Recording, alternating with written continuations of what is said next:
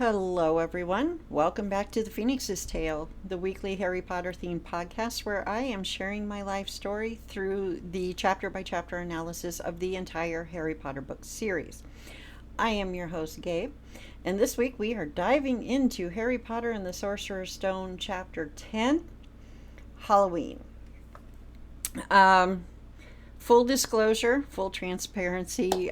When I first read this chapter, I did have a difficult time finding any connections to my life and Harry's story, but I did use my trusty AI tool, Perplexity. It is my chat GPT, if you will, tool of choice. It is just freaking amazing. Perplexity AI. And I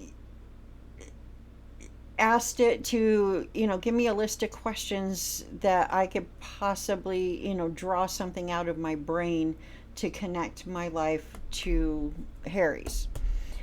So we're going to discuss those because I found two really good ones that I felt like applied directly to this chapter. First off, before I dive into the recap, when I first started this podcast, I did mention that there are going to be moments throughout this entire series where I'm going to see connections in my life to other characters and their stories. And this week it's going to be Hermione. We're gonna take a little bit deeper look into Hermione this chapter. And yes, for those of you who have never heard the name spoken aloud, it is pronounced Hermione, not Hermione as Victor Crumb did.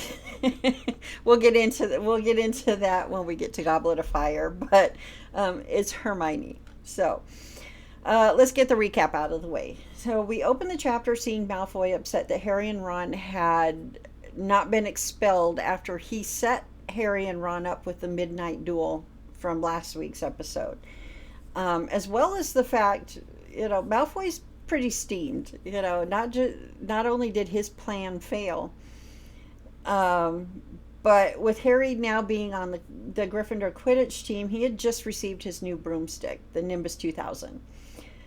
We also see that Hermione has been refusing to speak to Harry and Ron because the midnight duel happened, mid-September-ish, and now here we are at Halloween. So, we get kind of a time jump with, Harry can't believe it's been 2 months. He's been at Hogwarts already. Just things are so much better at Hogwarts for him than they ever were at the Dursleys, that kind of a thing.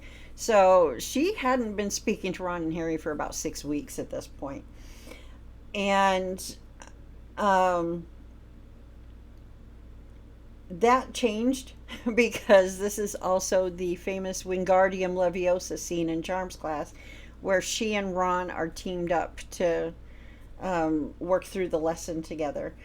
And after the lesson, Ron says what he says about how she's such a nightmare and she's got to notice that she doesn't have any friends, and Hermione overhears this and proceeds to lock herself up in the girls' bathroom because she's crying.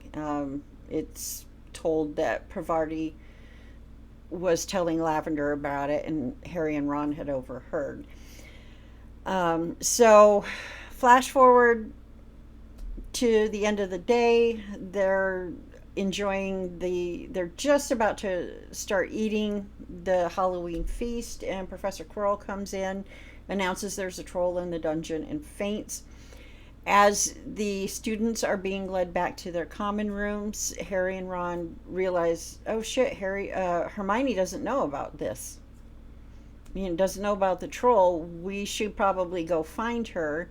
And in the process, they encounter the troll and accidentally lock the troll in the very girls' bathroom where Hermione had been staked out all day, crying her eyes out. And, the chapter ends with Hermione taking the fall for it, saying that she thought she could handle it and not wanting, Ron and Harry to get into trouble for what they had done. So I want to read the last couple paragraphs about this because this is when the friendship really solidifies. I think for Harry, Ron, and Hermione are a golden trio. Harry and Ron returned to the common room. Everybody was eating the food that had been sent up. Hermione, however, stood alone by the door waiting for them. There was a very embarrassed pause. Then, none of them looking at each other, they all said thanks and hurried off to get plates. But from that moment on, Hermione Granger became their friend. There are some things you can't share without ending up liking each other, and knocking out a 12-foot mountain troll is one of them. I liked how when we're still in kind of, this is a kid's story, this is a children's story, that ended. So, here we are. Let's talk about Hermione. Specifically, the pain that social isolation can cause. Per Ron's statement after Charms class, she's got to know she hasn't any friends. I'm not quoting, I'm paraphrasing. This, my friends, is where I currently find myself. So if you'll indulge me, here's an explanation of how that happened. By now, I'm sure you all know that I experienced my trauma event 12 years ago. I talk about it a bit more in depth in the very first episode of this podcast because it was the 12th anniversary that I decided to launch this podcast. I wanted to launch this podcast on May 21st, 2025, when in October of 2023, I came up with the idea for the podcast and how I could use this chapter by chapter analysis to tell my story. There was method to my madness there. So I talk more in detail about that. So you know that I had my trauma event 12 years ago and that I have been struggling with undiagnosed and therefore untreated PTSD. In the early months of this, I saw my so-called friends at the time ghost me left and right, to the point where by the time I had lost my job because of the PTSD in September of 2014, I literally had no friends left in my life. My entire social circle since then has literally been my son, my mom, my baby brother. I refer to him as Michigan brother because I do have another brother. He lives in California. That is it. I have been fighting since September of 2014 to get back on my feet since I lost my job. And I'm still here in the same situation. I'm living with my 77-year-old mother who is battling cancer and still working nearly full time. My social circle legitimately just involves my son, my mom, my baby brother. Excuse me. And yet, as difficult as it's been, I have actually found that with just myself to keep me company essentially, I had no choice but to really get to know myself, to really figure myself out, to figure my life out as far as what I want my life to look like. What exactly am I going to be focusing on this complete life rebuild?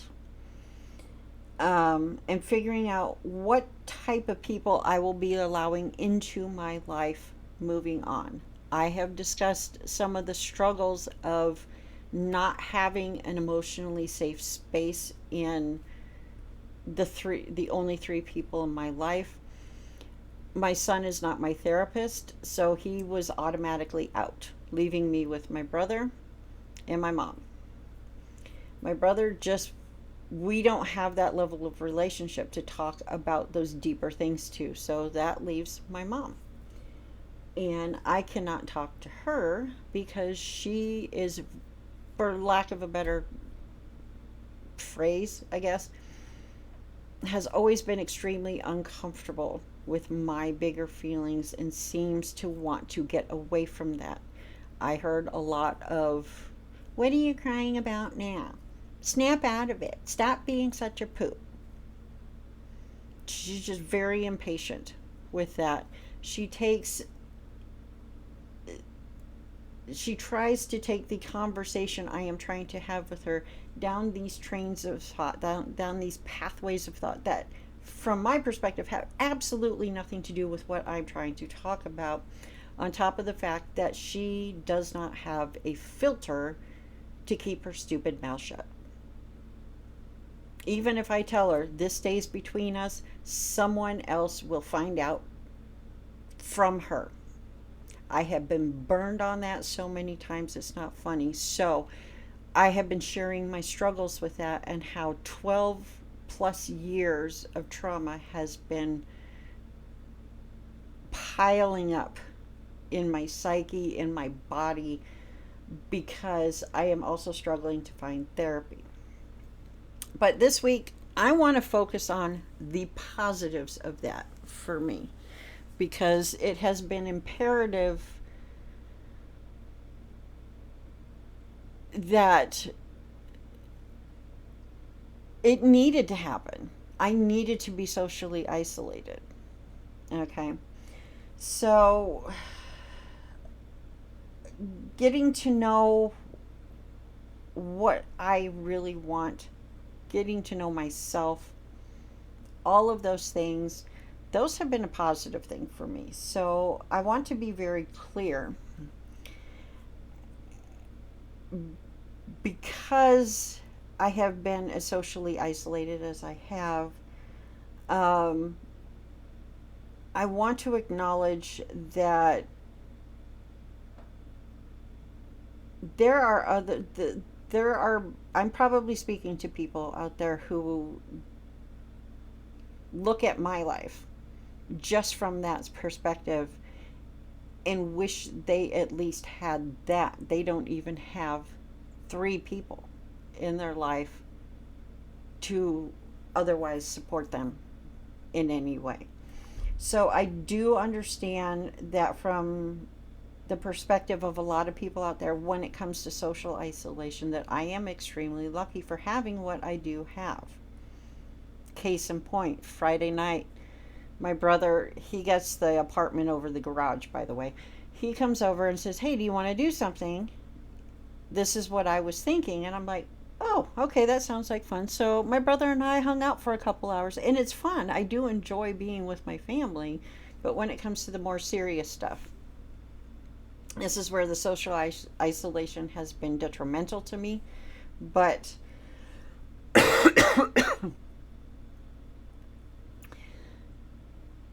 let's stay on track with the positives.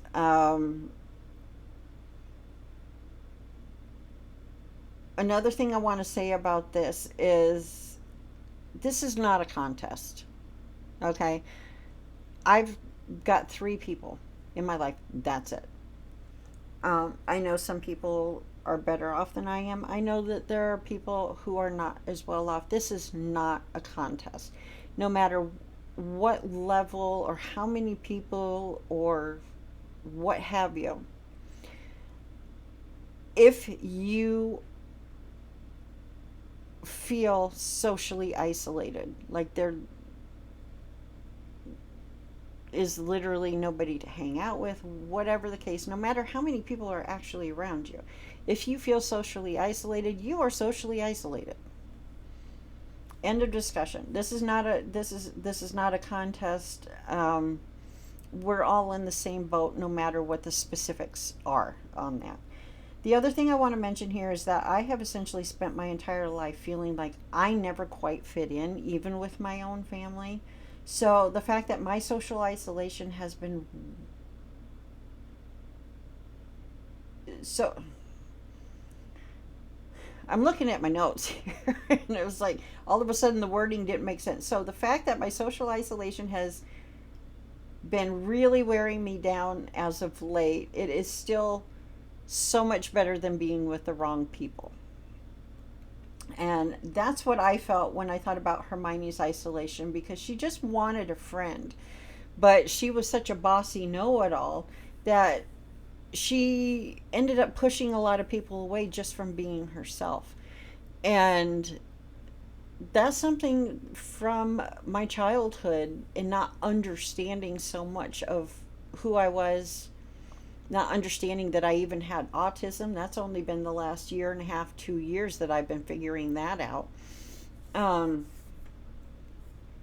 the pain of feeling alone in a crowded room, basically, from my own personal experience, is much more damaging and isolating than being alone. At least when I'm alone, I entertain myself quite well. I think I'm rather funny, but that's me. But I have found such peace and calm over the last few years that it really is such a relief to just be by myself. I can control my environment. I can control, whether I want to spend time with my brother, my mom, my son, or I don't. And when I don't, I can entertain myself in any way, shape, or form. I don't have to worry about meal planning with anybody. I just focus on myself and take care of myself, and don't have the outside noise of other people's opinions, etc. So it has been a huge relief, even though it's been wearing on me. On the other hand, it has been a relief for my inner peace. But I want to dive into the issue. There's going to be a lot of psychology this week, and as always, my references are going to be in the show notes if you want to dive in further. So let's look at social isolation versus being with the wrong people. Understanding social isolation. Social isolation refers to having few social contacts or interactions. That applies. While chronic loneliness is linked to negative mental and physical health outcomes, including depression and cardiovascular risk, not all solitude is harmful. The nuances of quality versus quantity when it comes to other people, quality versus quantity in social connections, are a crucial focus in psychology. Involuntary isolation. This would be the beginning few years, the first couple years especially. Let's go up to the 2 year anniversary, which would be about May of 2015 for me. That was involuntary. Um, I had no idea what was going on with me. Obviously, to the people around me, I had changed dramatically. Nobody stepped up to say, hey, I want to help you. They ghosted me instead. I lost my job, which meant I lost any social connection, even with coworkers.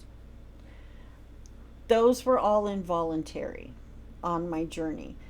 So, involuntary isolation or loneliness, wanting more or better social connections than you have, can increase stress, anxiety, and a risk for depression.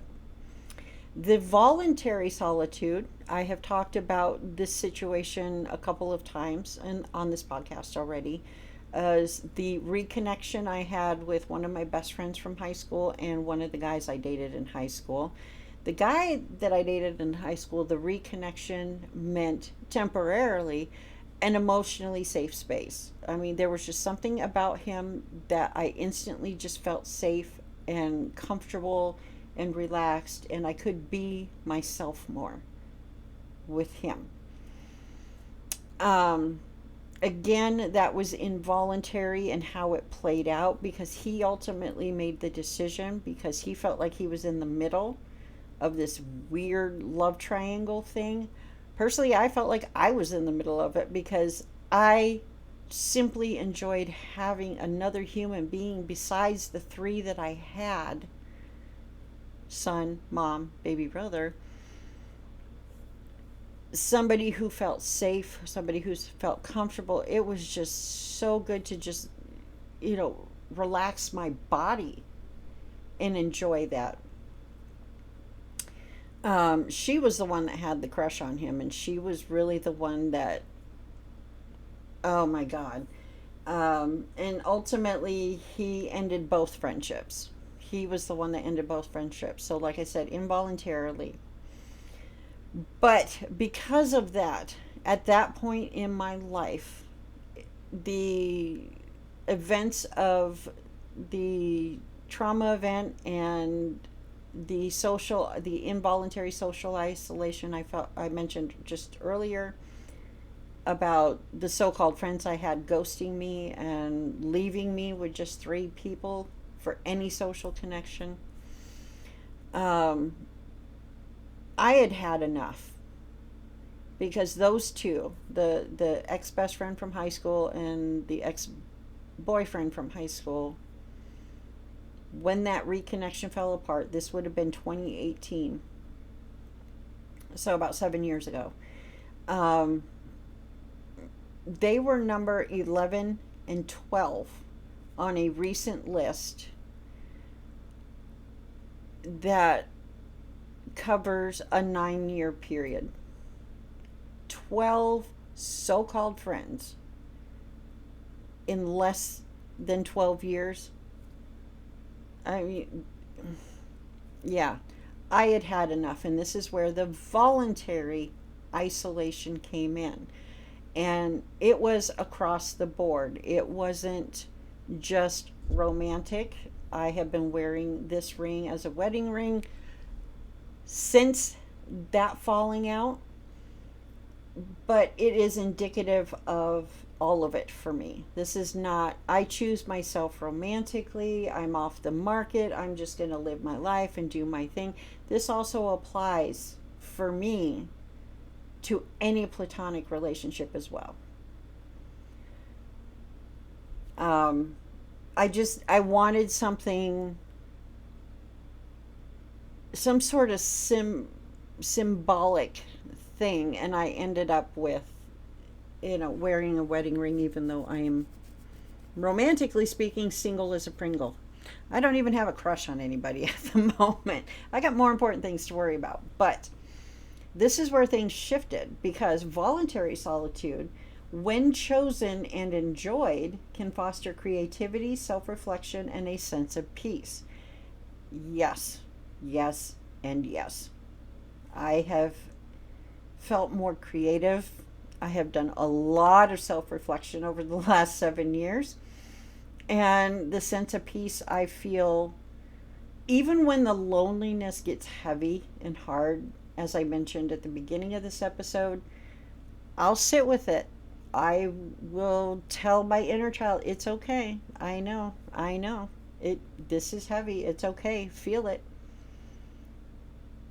And then at an appropriate time, I start pulling in, but this is still better than being with the wrong people. Remember how you felt whenever you spent time with this person or that person.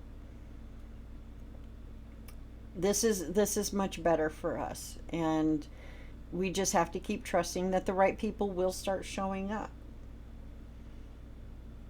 So I want to stop for a moment here, and because while the base of my own social isolation was built involuntarily, as I said before, my so-called friends ghosting me en masse after my trauma event in 2018, when I had that brief connection with two people who ultimately were not the friends they claimed to be, I made that choice to just stop all of it. And I decided to not make any efforts to meet new people, platonic or romantic. It didn't matter. I chose to cut myself off to protect my inner peace at that point. And that is when things shifted from the effects of the involuntary social isolation that I just read about, the depression, the anxiety, and shifted to the voluntary social isolation and those effects. Continuing on. The cost of inauthentic or unfulfilling social connections. Recent research underscores that the presence of toxic, dismissive, or unsupportive people can be more detrimental than being alone.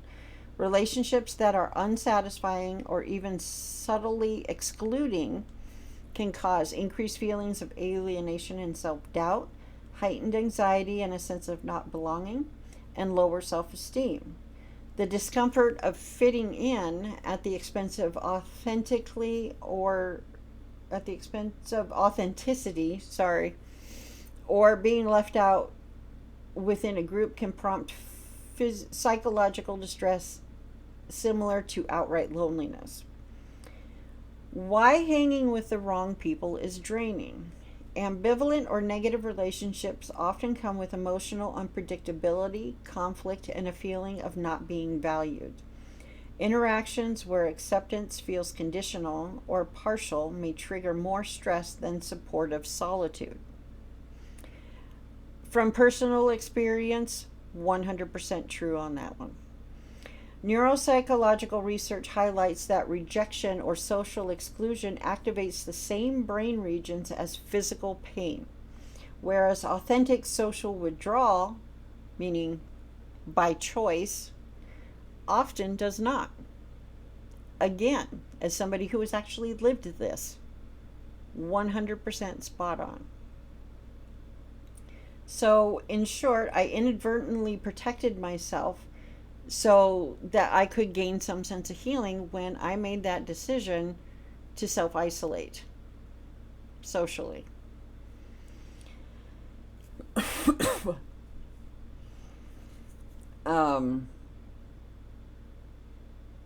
Looking at my notes again, sorry. Inadvertently protected myself so that I could gain some sense of healing, some sense of control over my life. And I do feel overall a much better sense of control over my life over the last 7 years since I finally went full on, nope, I'm not doing this anymore. I'm focusing on myself.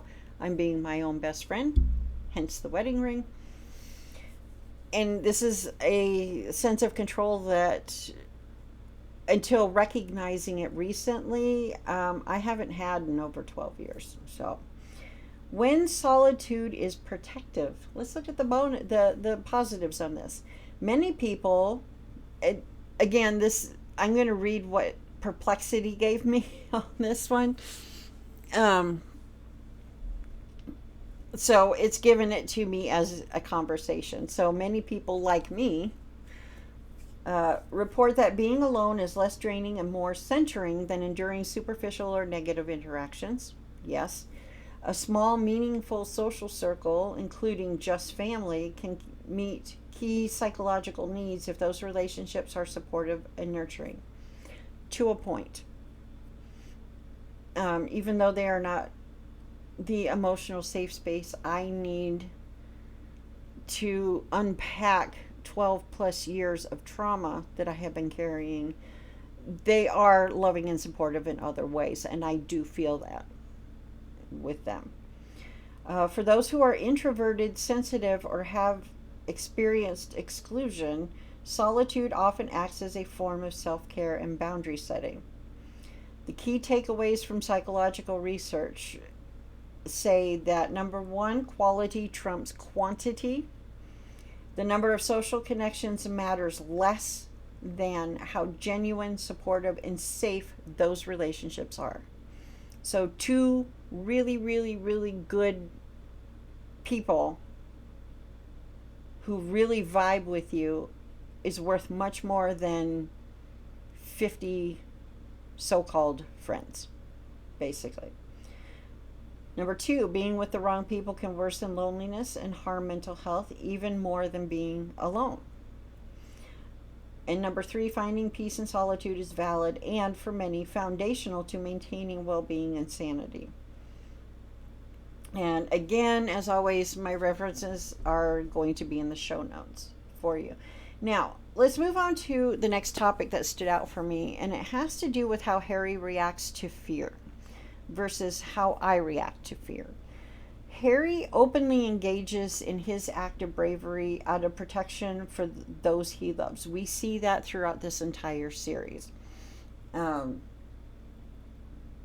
in fact, there's a very meaningful conversation between him and Hermione about acting the hero. Okay. It's not because he's been put in position to essentially be the savior of the entire wizarding world. It's just because he does have that sense of empathy. He grew up with the Dursleys, much like I grew up with a verbally abusive father. And he knows how awful and miserable it is to be the recipient of that kind of abuse, as do I. The reason why Harry jumps to the aid of the people he cares about so readily is the same reason why I would too. The same reason why I made certain choices in raising my son that were vastly different from what I experienced, because I know how awful it is. I do not want my son to feel at his age, he's 27, I don't want him to feel the way I did when I was 27, etc. So Harry's bravery is because he wants to protect the people who genuinely care and protect him. And this is a big theme, as we know, when we get to the end of Order of the Phoenix.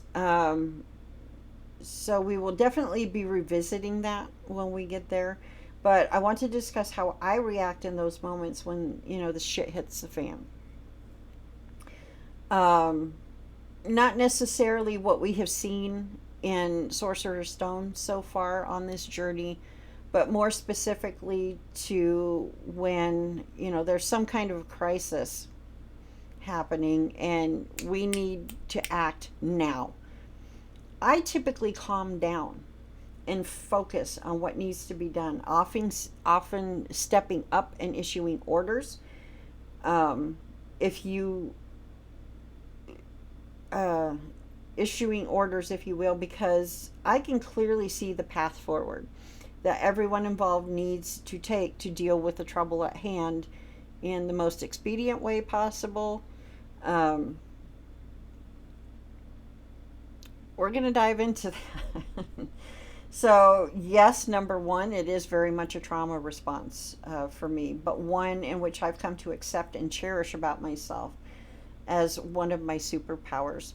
Quick little story to give you an idea of what I'm talking about. Years and years ago, I'm talking, I was not much younger than my son is now, so early to mid 20s. I was driving my mom's car. I didn't have a car of my own. It was kind of foggy. We were still living in California, and I was driving home from work one evening because my brother dropped the car off. He went off with friends. My mom had already gotten to work. Blah, blah, blah, blah, blah. I had her car. And on this one stretch of road, it was kind of foggy. There comes this big buck jumping across the road. And in that split second time, my brain registered no headlights in front of me, no headlights behind me.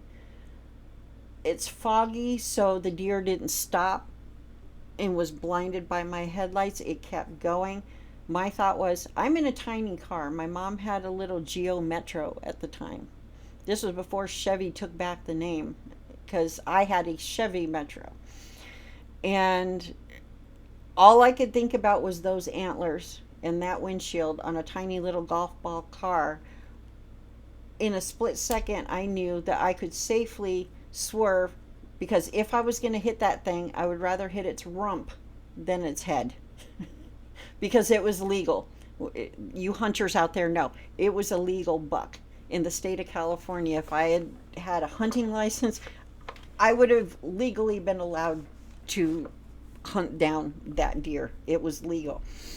And that's exactly what happened, is I ended up, boom, hitting its rump. And so there was a nice, right center on the hood of the car. But that was the only damage, because in that moment, I instantly calmed down. No headlights, so I'm not causing a traffic accident. I'm going to hit this thing. I'd rather hit its rump. It did not get blind. It didn't stop. Deer in the headlights, literally. It kept moving. So I responded accordingly, and that's exactly what happened. I did hit the deer, but I hit its rump and didn't have its antlers coming through the windshield and, doing damage to me. This is the level of calm and focus that I'm talking about in certain situations. I just immediately, boom, let's go. So we're going to talk about the psychology of this, actually. The development of calm under pressure, my autism, sensitivity, and surviving chaos. Early childhood and sensory sensitivity. Growing up as an autistic, empathic, and highly sensitive child in a chaotic environment profoundly shapes responses to stress and fear. Sensory processing differences often mean that what feels like manageable noise or unpredictability for others can feel overwhelming and even threatening. For children with strong pattern recognition skills, chaos leaves an even deeper mark. What should be predictable is instead unstable, leading to constant vigilance. I had to laugh when I saw that. Goblet of fire, constant vigilance, and heightened emotional attunement. Pattern recognition. Autistic children often rely on patterns and routines for comfort and understanding. When these are absent or unreliable, it fosters both anxiety and adaptability. Number 2, empathic overload. Highly sensitive, empathic children absorb emotional cues from others. If the home is tense or inconsistent, internalizing other people's chaos becomes a survival strategy. We are building up to something here, so stick with me, because I just suddenly realized this feels a little disconnected right now. Number 3, coping with overwhelm. In the absence of a supportive environment, children may learn to self-soothe through dissociation, hyperfocus, or withdrawing, precursors to the calm and crisis response later in life. Adapting and surviving dysfunction. Rather than expressing chaos outwardly, many neurodivergent children develop an internal system for imposing order. This is especially true when external order, such as safe routines, predictable adults, regulated emotions, is missing.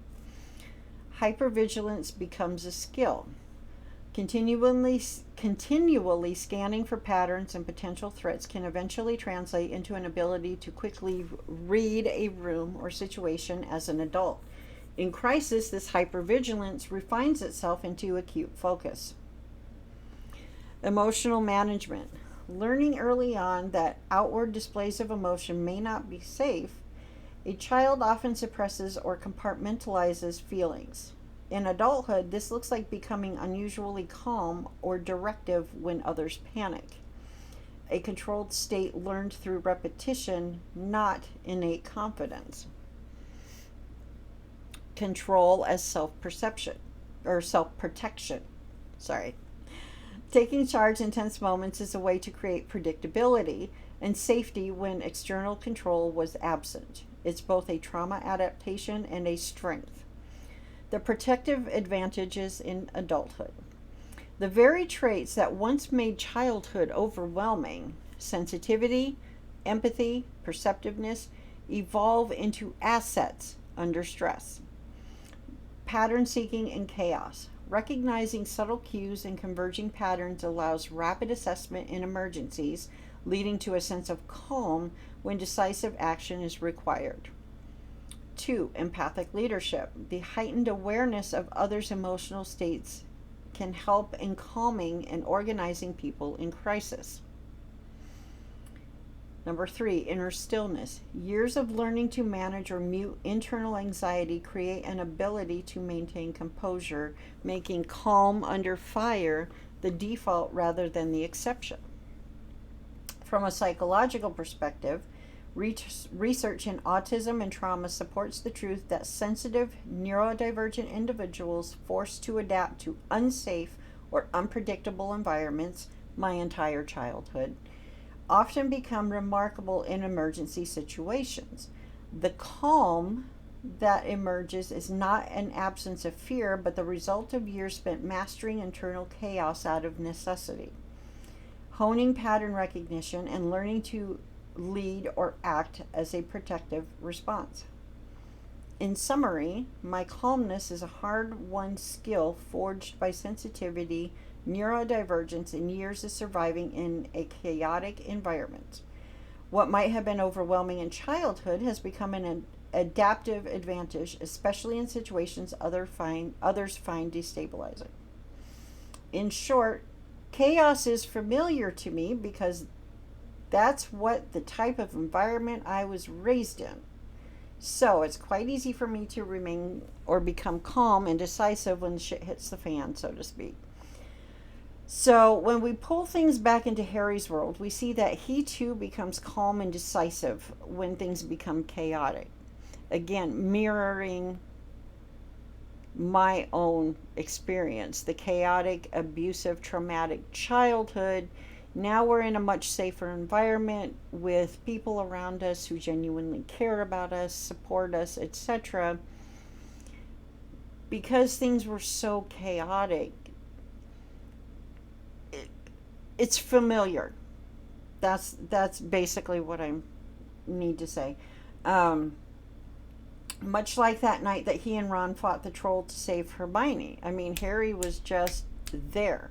Let's go back to last week with the midnight duel.